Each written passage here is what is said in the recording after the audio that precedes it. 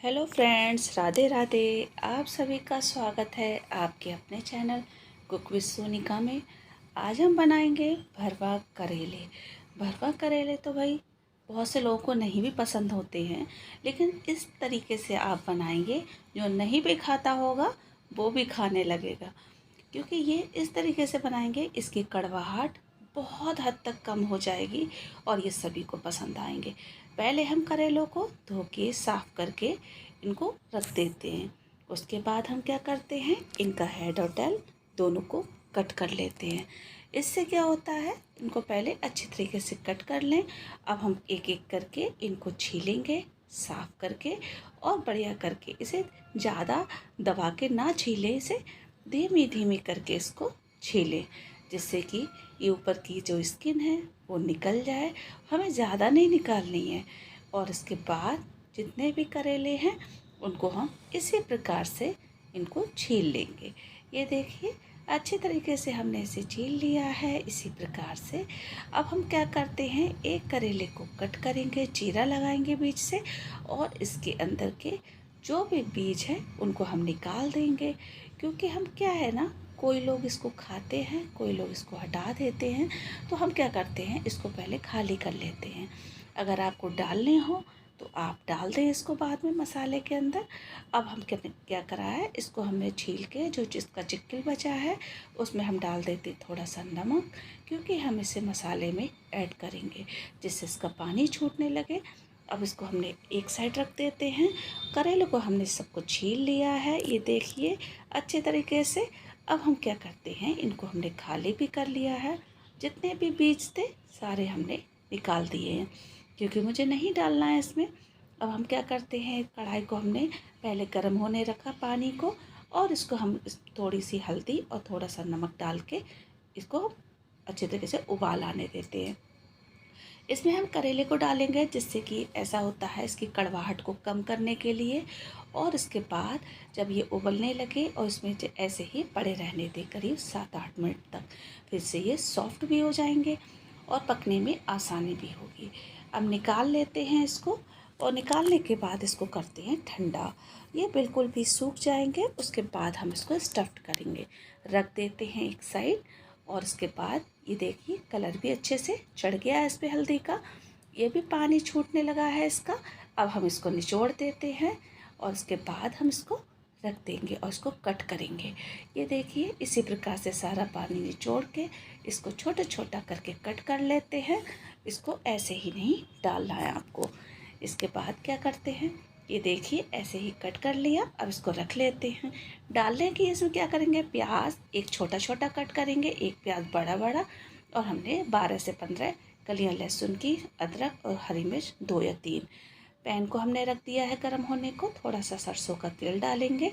अब हम क्या करते हैं, जब ये इसका पानी बिल्कुल सूख चुका है, अब हम इसको शैलो फ्राई करेंगे। इसके बाद जिससे ये ऊपर की स्किन है जो क्रिस्पी हो जाए, बहुत अच्छे से सिक जाए।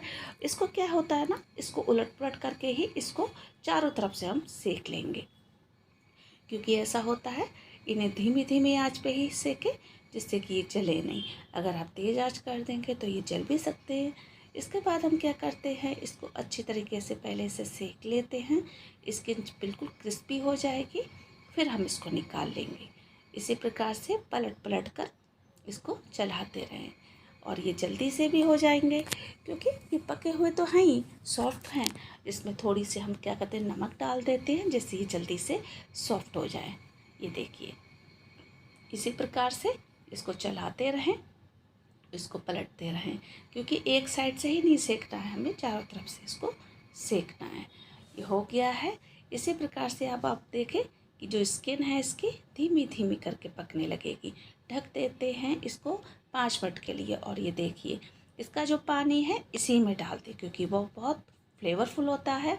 और इस प्रकार ये क्या है, ये सिक जाएंगी। ये देखिए स्किन भी सिकने लगी है। इसी प्रकार से ये, क्योंकि ये सूखे हैं, सुखा लिए थे क्योंकि। और उसके बाद ढक देते हैं इसको, और इसको 2 मिनट बाद देखते हैं हो गया है। इस प्रकार से देखिए कितने बढ़िया लग रहे हैं। अब क्या करते हैं, इसको ठंडा होने के लिए रखते हैं। हो चुके हैं, और इसकी स्किन देखिए कितनी बढ़िया से अच्छे से क्रिस्पी हो चुकी है और बहुत ही मुलायम भी हो चुकी हैं। अब हमने तेल लिया है कढ़ाई में, थोड़ी सी क्या है हमने हींग डाल दी, इसमें ज़ीरा, धनिया और सौंफ, ये सारी चीज़ें हमने साबुत ली हैं। इसको भूनते हैं बढ़िया करके और इसके बाद हम क्या करते हैं, अच्छी तरीके से इसमें लहसुन डाल देते हैं। लहसुन को हम डाल के इसको हल्के हल्के से हम इसको ब्राउन होने तक हम इसको अच्छे से भूनेंगे। हरी मिर्च भी डाल देते हैं साथ में, ज़्यादा काला नहीं करना है लहसुन को क्योंकि इसका स्वाद कड़वा लगने लगेगा। और इसके बाद क्या करते हैं, अच्छे तरीके से ये चला के इसको हम धीमी धीमी आंच पे ही इसको पकाएंगे। ये देखिए हो चुका है लगभग। अब हम क्या करते हैं, जो हमने चीज़ें और भी हैं उनको भी डाल देते हैं। ऐसे ही चलाएं, कलर भी चेंज हो गया है लहसुन का। अदरक डाल देते हैं साथ में, और प्याज जो हमने छोटा छोटा कट किया है, ये हमने 2 या 3 प्याज लिए हैं और उसके बाद चलाते हैं। इस प्रकार से क्या होता है, धीमी धीमी आंच पे ये कलर भी छूटने लगेगा और इसके बाद क्योंकि ये जलेगा भी नहीं। हो चुका है, इसी प्रकार से ये भुन भी गया है। टमाटर डाल देते हैं, 1 टमाटर लिया है, अगर आप डालना चाहें तो आप डाल सकते हैं और ना डालना चाहें तो आप ना डालें।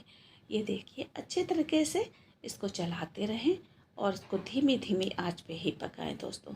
इसमें हम डालते हैं 1 चम्मच हल्दी पाउडर, लाल मिर्च पाउडर, और इसके बाद हमने धनिया पाउडर लिया है आधा चम्मच, और इसके बाद क्या करते हैं, ज़ीरा पाउडर आधा चम्मच से कम लिया है हमने। इसके बाद क्या करते हैं, अच्छे तरीके से जब ये हो जाएगा इसमें डालेंगे थोड़ी सी कश्मीरी मिर्च। ये देखिए आमचूर हमने 1.5 चम्मच के करीब लिया है, 1.5 या 2 चम्मच आप ज़रूर डालें क्योंकि इसकी खटास है ना बहुत अच्छी लगती है। नमक स्वाद के अनुसार। अब हम चला लेते हैं इसको। अब हम इसको भूनते हैं। जब इसका तेल छूटने लगेगा, इसका कलर चेंज हो जाएगा, तो इसके बाद यह मसाला भून के तैयार हो जाएगा। ये देखिए ढक देते हैं इसको, और ये देखिए तेल छूटने लगा है, मसाला हमारा लगभग भून के तैयार भी हो चुका है। लेकिन जो हमने इसकी चिक्कल निकाला था वो हमें ज़रूर डालना है। ऐसे ही धीमे धीमे करके पकाते रहें और इसके बाद ये देखिए अच्छी तरीके से इसकी खुशबू कितनी बढ़िया आ रही है। इसी प्रकार से पकाएं, आँच को हमेशा धीमा रखें, तेज़ ना करें। अब डालते हैं शुगर। शुगर हम 1 चम्मच के करीब डालेंगे। शुगर से क्या होता है, जो बैलेंस हो जाता है, जिसकी इसकी कड़वाहट होती है वो अच्छे से बिल्कुल बैलेंस हो जाएगी और ये ज़्यादा कड़वा भी नहीं लगेगा। अब इसमें डाल देते हैं जो चिक्कल हमने छीले थे, इसमें नमक भी है और उसको थोड़ा सा डालेंगे, पूरा नहीं डालना है। अगर आप पूरा खाना चाहें तो पूरा भी डाल सकते हो। और उसके बाद हम क्या करते हैं, इसको चला लेते हैं। चलाने के बाद धीमी धीमी आंच पे इसको पकाएंगे और इसके बाद ऐसे ही चलाएंगे हम। इसमें डाल देते हैं आधा नींबू। नींबू से क्या होता है, इसका स्वाद और बढ़ जाता है क्योंकि ये बहुत टेस्टी लगता है दोस्तों। नींबू डालें, अगर नींबू नहीं है तो कच्चा आम डाल दें आप, उससे भी स्वाद बहुत अच्छा आता है। इसी प्रकार से हम चलाएंगे इसको और धीमी धीमी आंच पे भूनेंगे। ये लगभग हमारा भुन भी गया है बहुत अच्छे से क्योंकि इसमें तेल भी छूटने लगा है। इसको जो स्किन है इसको अच्छे से पकाना है हमें। और इसके बाद हम क्या करेंगे, बढ़िया करके इसको पहले ढक देते हैं अच्छे से और इसके बाद 2 या 3 मिनट बाद देखेंगे। ये देखिए स्किन भी हमारी बिल्कुल पक चुकी है, जो इसका चिक्कल था, और बहुत ज़्यादा सॉफ्ट हो चुका है। अब इसको ठंडा कर लेंगे प्लेट में, जिससे कि ये जल्दी से ठंडा हो जाए। उधर हमारे करेले हैं वो भी ठंडे हो रहे हैं। इन दोनों को क्या है, ठंडा हो जाएंगे फिर हम इसको स्टफ़ करेंगे। ये देखिए अच्छे से ये दोनों चीज़ें ठंडी हो जाएंगी। अब ये ठंडी हो चुकी हैं लगभग। अब हम इनको स्टफ़ कर लेते हैं, एक एक करके उठाएं और इसी प्रकार से जैसे मैं भर रही हूँ इनको, उसी प्रकार से आप इनको स्टफ़ करें। बहुत बढ़िया लगेंगे अगर आप ऐसे ही बनाते हैं तो जो नहीं भी खाएगा दोस्तों उसको वो खाने ही लगेगा क्योंकि इतना टेस्टी होता है ना ये। क्योंकि कुछ लोग होता है कि कड़वाहट की वजह से नहीं खाते हैं, इस वजह से ये क्या है उनका स्वाद भी नहीं ले पाते हैं। इस प्रकार से बनाएंगे तो बिल्कुल कड़वे नहीं लगेंगे। ऐसे ही हम क्या करेंगे, जितने भी करेले हैं उनको हम स्टफ़ कर लेते हैं। हो गया है अब क्या करते हैं, अब हम इसको कढ़ाई में ही उसमें ही जिसमें हमने निकाला था मसाला थोड़ा सा तेल डालेंगे।